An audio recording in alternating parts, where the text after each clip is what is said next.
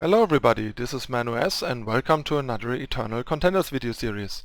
Today I got something sweet for you that I have been working on for a while, even already before Set 2 came out, before Omens of the Past came out, and I have played it and tested it a bunch on stream, and people have been asking me already when it is gonna get a video, and I decided today is time to turn it into a video, even though the deck has very few Omens of the Past cards.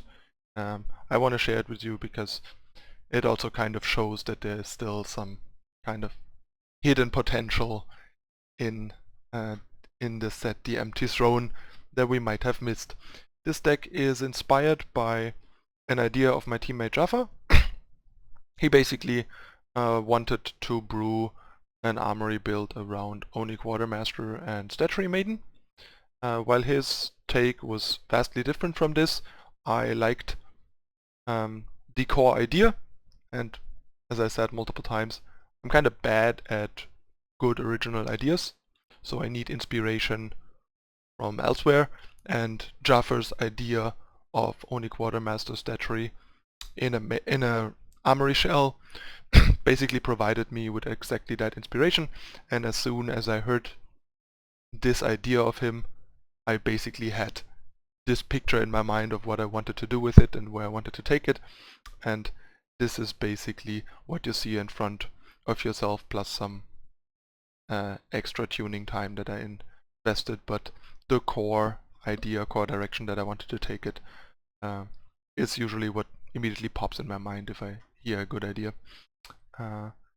And this was no different. Alright, so this deck is basically an aggro control deck in a way, somewhere between like a mid-range and aggro control deck. For everyone out there that has been looking at Armory as a mid-range deck, still, traditional Armory is not a mid-range deck, it's more of a control deck. While this is more of a mid-range or aggro control deck actually. Aggro control deck because the deck is very robust, most of the cards are very versatile, they can be used aggressively or to control the board, like the relic weapons, and even the units, thanks to Maiden cudgels, can either go on the offense or stall the opposing units and or generate value like Quartermaster. Alright, so let's go over the cards. First of all, I'll want to talk about the units. Deck runs 4 Rakano Artisan, 4 Oni Quartermaster, 3 Armorsmith, and 4 Statuary Maiden, and the curve stops at 5. That allows the deck to run significantly less power than traditional Armory, because this deck doesn't even need to hit 5 anytime soon. It basically only wants to hit 4, which is not that hard, and eventually get to 5 and 6. But I'll talk about that more with the power base. So yeah, I initially had 4 Armorsmiths, but it allowed me to make some room for some power because I tried 28 total power with 4 Armorsmiths, and the problem was, first of all, Armorsmith is not always super reliable. Like, it guaranteed works with sort of Icaria and works with the other weapons if you improve them with Inspire or Artisan basically, or if you play Armorsmith for 4 and then play the weapon, which is not great. So the card being a bit situational made me want to shave it, plus that I needed to get back the 29's power to make the deck flow better. So I basically swapped one Armorsmith with the power equivalent of Armorsmith, Rolant's Favor, which also happens to make the 3 existing Armorsmiths better because you can go turn 2 Favor into Armorsmiths, which is a nice line against some aggressive decks. And yeah, Quartermaster is just a great card advantage engine, mostly with Statuary Maiden, but sometimes also just with the other weapons.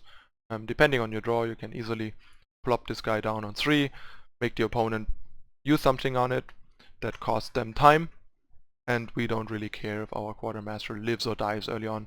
We're gonna get it back with Stage later to draw more cards if we need to, and early on it is more like meant to keep the opponent busy, or if they cannot deal with it, generate value that way, but it forces the opponent to act on us rather than the other way around, which is nice. And if you get to drop this on 3 and then go like Runehammer on 4, that's particularly nice. Then sometimes the Quartermaster can protect the Runehammer draws an extra card and is like sort of a 3-for-1, which is really nice. And yeah, Artisan is just Artisan.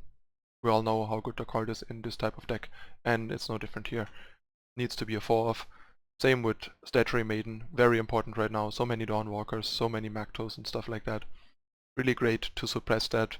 Plus, my Maiden is one of the best cards against most time decks that regular Armory potentially struggles with, because it's so good against Dawnwalker, but also because it's so good against all their fatties, especially once it has a couple cudgels on it, and because they are not that good at dealing with it. Like, imagine, for example, Elysian and Praxis are both not very good at dealing with a Maiden, especially once she reaches a specific size, and even if they, like, for example, Elysian permafrosts her, you're still getting cudgels that make your other units big enough to block their fatties.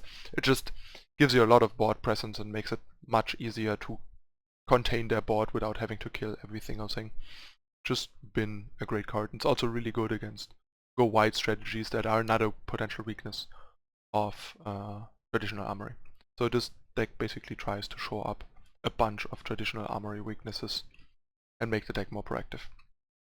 Alright, next we have the weapon package for Charchain Flail.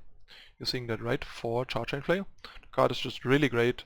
We are running 4 stash, so having 4 flails is great, because on 6 you can often go stash plus replay a medium-sized flail to kill something to make up for the lost tempo of stash.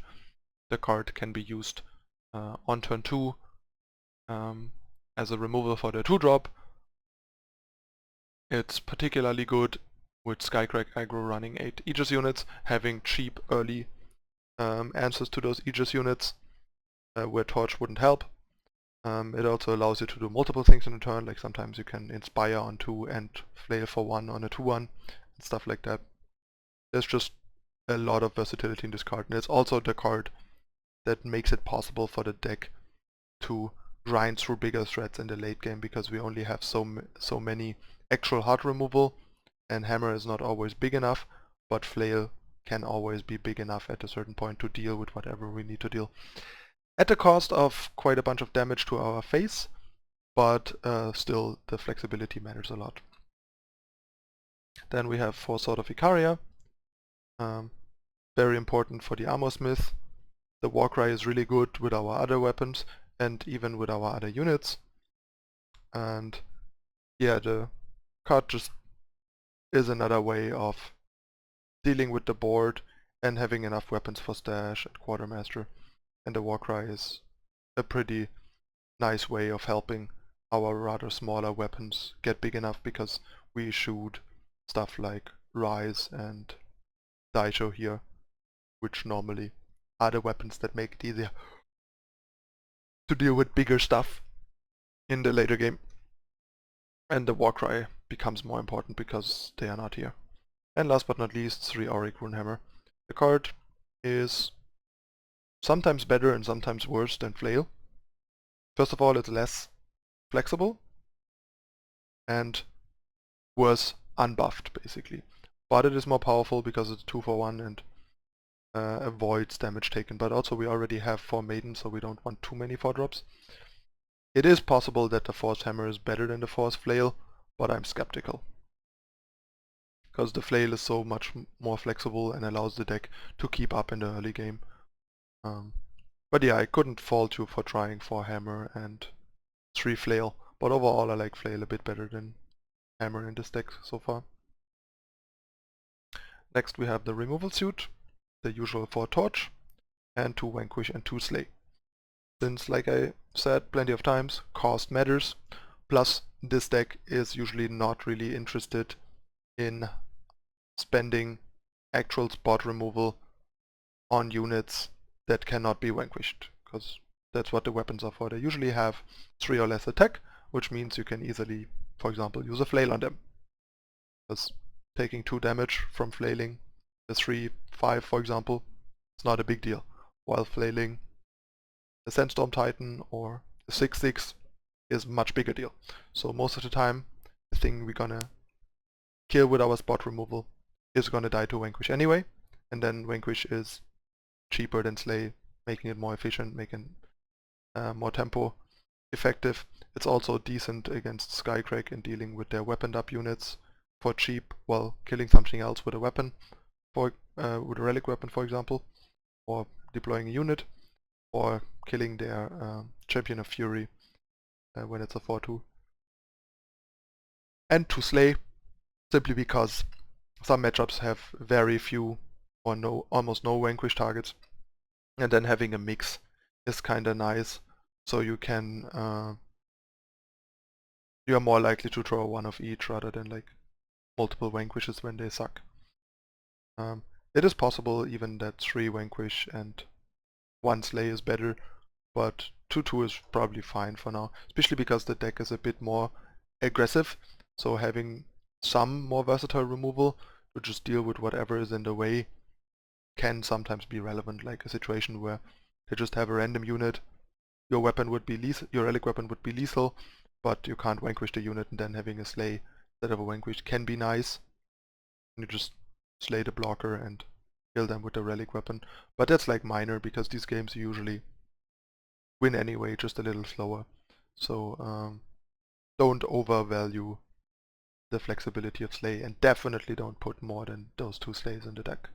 The card is clunky and mostly is gonna kill. You're mostly gonna, or at least should, only use it on stuff that you could use Vanquish on regardless.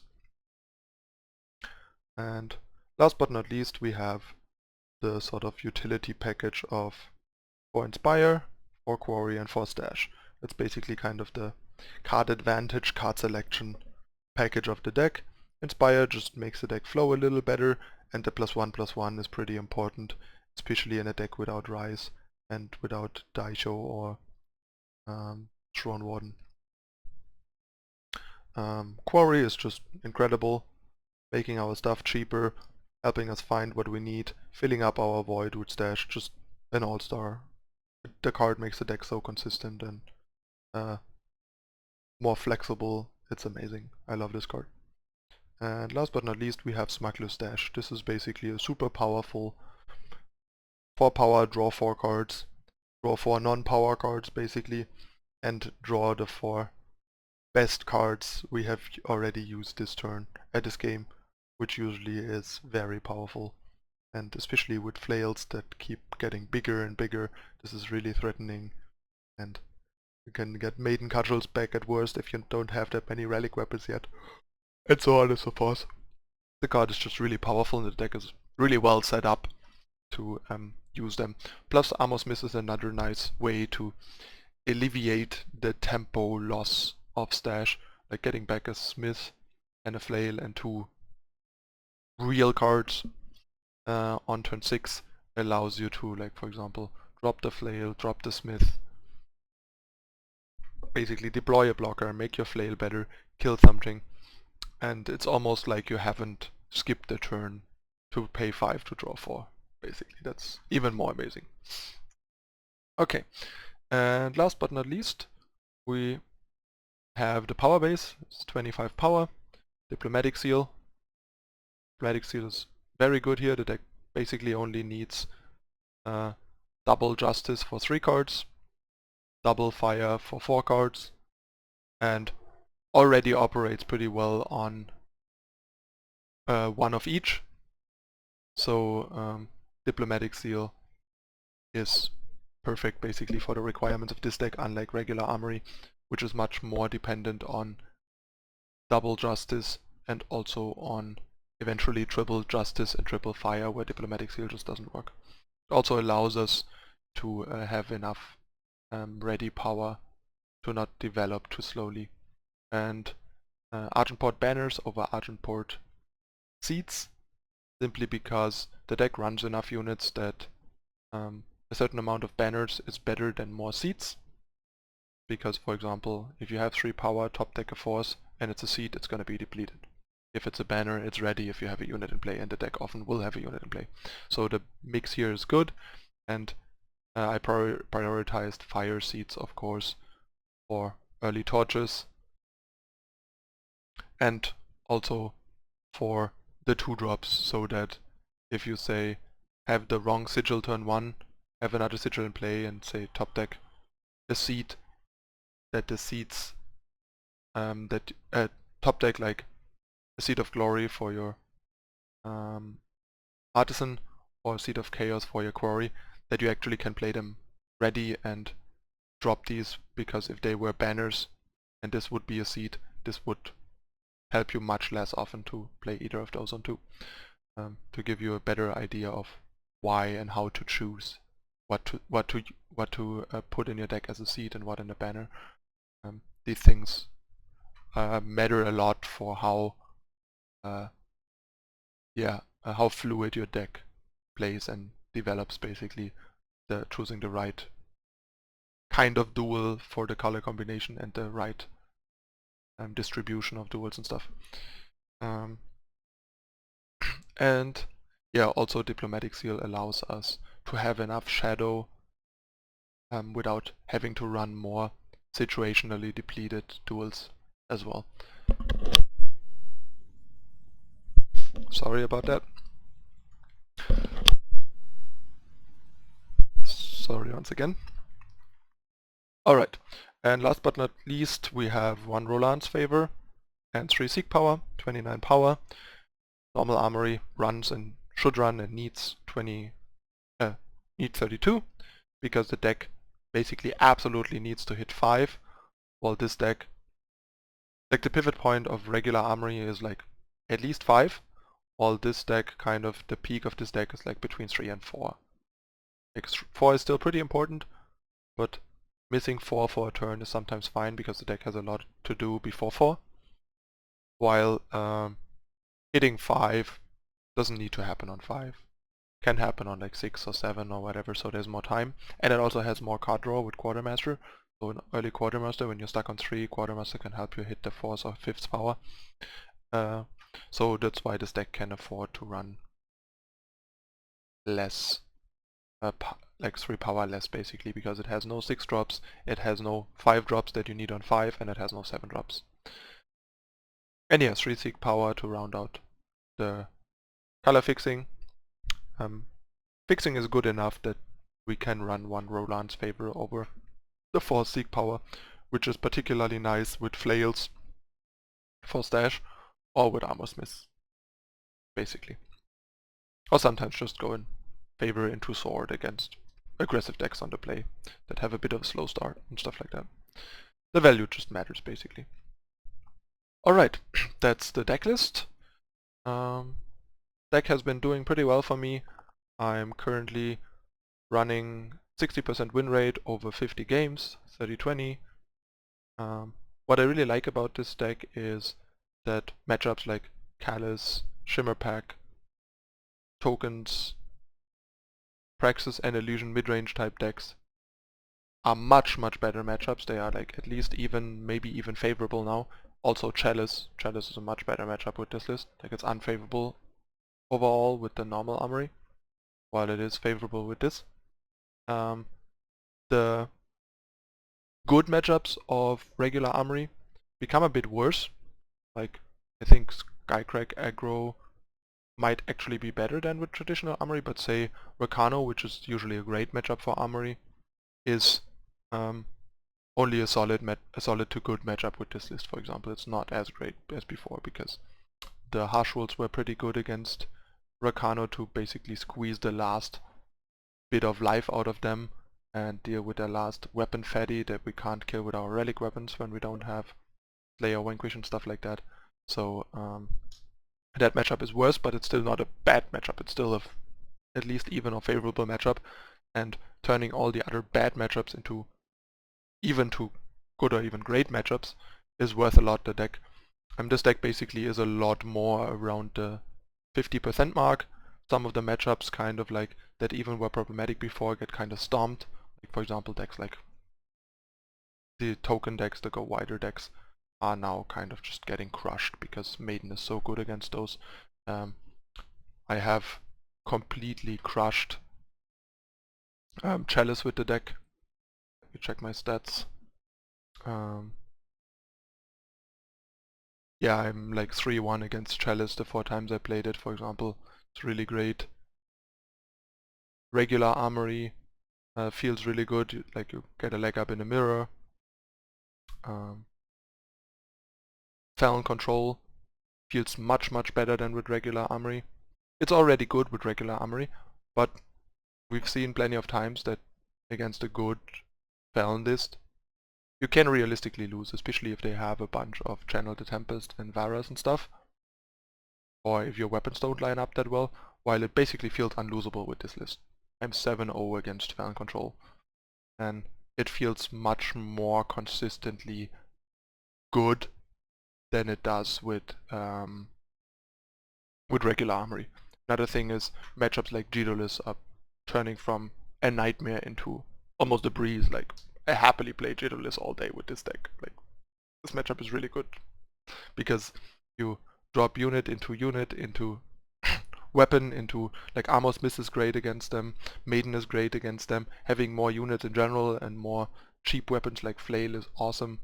You don't even need Harsh Rule, like Harsh Rule is worse than just clogging up the board against them basically, and so on. Same with like other Stone Scar decks basically.